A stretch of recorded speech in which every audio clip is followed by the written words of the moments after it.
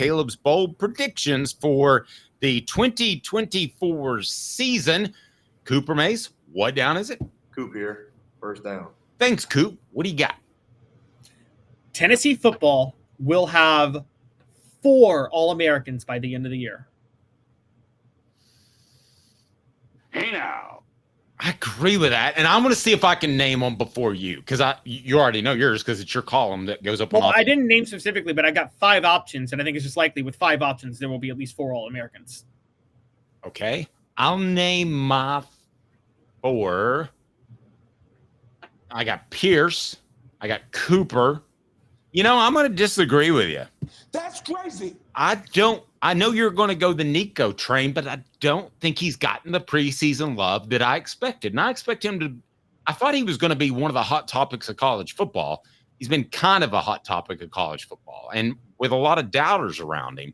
So I think you need preseason hype. So if you're going to go Nico, I would be surprised. But what are your 5 potentials?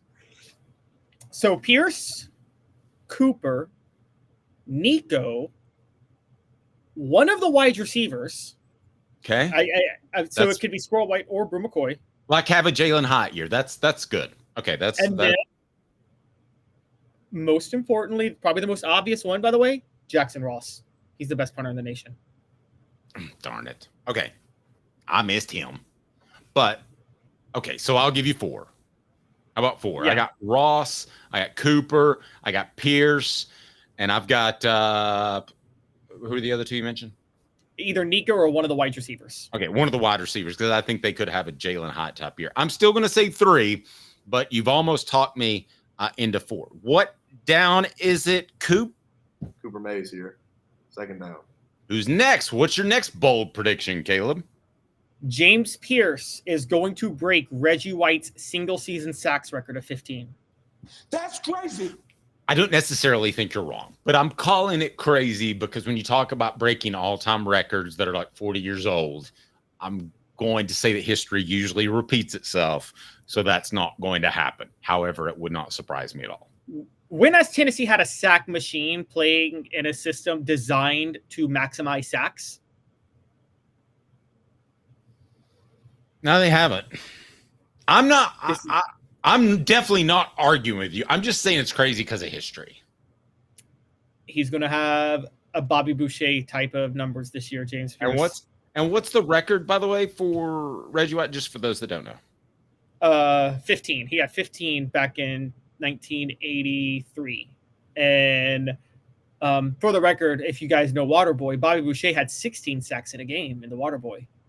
And I'm just saying, because I'm kidding. James Pierce okay, have 16 sacks in a game. 15, how many games is he going to play? Is James Pierce or is James Pierce going to play? He's going to play. All right, we're going. He'll break the. I'm going bold. He'll have the sacks record broken before the quarterfinals of the college football playoff. But wait, you didn't answer my question, and it's a trick question. How many games is he going to play? Yeah, see, I'm not giving you guys that yet. He'll break it within 13 games. How's that? No. I mean, how many games is he going to play this season? I'm not telling you because that gives away what I think Tennessee is going to do this season. Okay. All right. My point is he is not going to play the full game against Chattanooga. He's not going to play the full game against Kent State. He's not going to play the full game against a couple of other opponents, including UTEP and Vanderbilt. So that in and of itself, if you don't play the second half, is 10 games.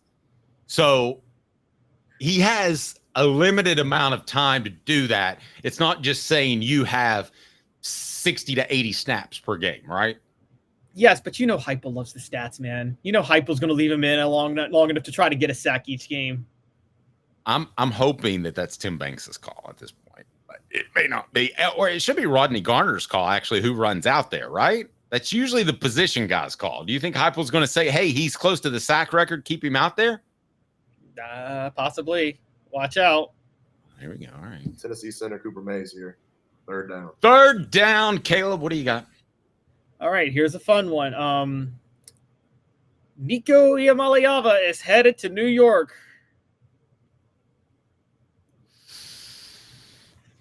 Hey now. I think he'll go. I think it'll be a group of 5. I think he's better than Hendon Hooker. I think the players around him are better, with the exception, I would say, with Darnell Wright, are overall better. I think the defense will be better. Yes, I think he'll be in a position to be in New York. And they can, by the way, they can invite 3 guys, 4 guys, 5 guys. It depends on the voting. In other words, they're not going to announce some dude that has 0 chance of winning it. So basically what I'm telling you is I think he could be, because he plays quarterback, among the top 5 players in the nation. So I think that's a really good chance. But Hoghead said next year, and Hoghead, you're probably right, even though that's a little conservative by our nature. What else you got? Oh, you guys keep going next. What down are we on? I can't even remember. It's 4th down now. Okay, so we got 4th down, and we've got an extra down for you, Colorado style. So, Coop, go ahead and tell us what down it is. All SEC center Cooper Mays here. 4th down. Thank you, Coop. This is going to be an intriguing thing in the weeds of the Josh Heupel offense, Dave, and I'll break it down in a minute. But Josh Heupel is going to do something this year that he's never done as a head coach, that he's never done as an offensive coordinator since getting fired by Oklahoma, and that he hadn't done since he introduced the wide splits at Oklahoma in his 3rd year at offensive coordinator with this system back in 2012. Tennessee's going to throw it more than they run it this year. Oh, Caleb, you had me so won over. That's crazy. They're going to have so many opportunities to run the football in the second half with leads. Now, your retort might be they'll keep Nico in there. And I know that Josh Heupel loves stats. I've heard from too many people around him. He does like the fact, and you can look at Tennessee Sports Information feed on their Twitter, and it's constantly sending out new stats and new. Did I skip 3rd down? Caleb, no, you didn't skip 3rd down. No, you did not skip 3rd down. It's 4th down, guys. Okay. So I don't think that I don't see that. Bonus 5th down. What do you got? Okay, well, hold on. My retort is Tennessee has a generational quarterback, generational receivers, 2 elite tackles to finally pass protect Nico, and most importantly, they got an issue in their running game this year. They got a real issue in their running game. So they're going to have to throw it more. And when Josh Heupel brings the backups in, he doesn't, if you guys have noticed this, Josh Heupel doesn't change his offense when his backups are in there. His idea is backups are in there. We're going to get him experience running the real offense. I'm, based off recent conversations, becoming more of a Dylan Sampson guy. And I know you're not. And I still have concerns about pass pro until I see it in the game. And I have concern about size until I see it throughout the season. But I'm more optimistic than when we last spoke, you, me, and all of our listeners, that Dylan Sampson's going to be just fine, be able to handle 20 to 25 touches. Some of those are going to be at the passing game. I feel good about him. I feel better about him than I did 3 days ago, Caleb. But Dave, let's talk about that. You just said touches. I said they're going to throw it more than they run it. Dylan Sampson would be one to get a higher percentage of his touches in the passing game than your average running back does, right? Yes. Yeah, Okay, he's going to catch a lot of passes. We got a magical 5th down coming up. It's brought to you by Medicare Misty. 19 years this year. Well, I've been in the community since 1993. You're getting a lot of information. Unlike when you were working, they made the choice for you. Now you have to make the choice. Come to us and let us help you make it easy. Call Medicare Misty, MedicareMisty.com or 423-777-5577. Let us help them sleep at night. And we call her Medicare Misty. Licensed in over 40 states. Wherever you're watching, there's a good chance Medicare Misty can help you. No charge for her services. Caleb, a bonus 5th down. What do you got? This is just a go-to, but it's got to be a bold one because of the way people are thinking. Tennessee's going to make the college football playoff. Not going to give you what I think till later in the week, but they're going to make the playoff. Hey now.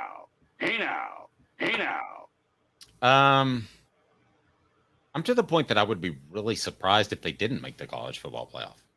I would too. I almost wanted to say they're going to go to Atlanta, but I don't know if that's the case, but they're going to make the playoff. Is that where the national championship game is? No, that's just the SEC title game. Oh, okay. I got you. Okay. Okay, I'm gonna give you 3 levels. Surprised. Oh wow, that's a neat surprise. Or very surprised. Or oh my gosh, how did that happen? Or shocked. What the H is going on? Which level would you be if Tennessee didn't make the playoffs? Oh, I would be what the H is going on. I would be what the H is going on. Guys, I'm sorry. There is no excuse for Tennessee not to make the playoff this year, provided Nico Iamaleava is healthy. All of you wait till next year, guys. Y'all are the ones that just settle for mediocrity forever, and you never seize the moment. You don't do what William Shakespeare taught you to do. And I'm just saying, seize the moment. And if you guys are saying wait till next year, you're one of those people that I'll get to my stuff tomorrow. What was it Shia LaBeouf said? Yesterday, you said today. Just do it.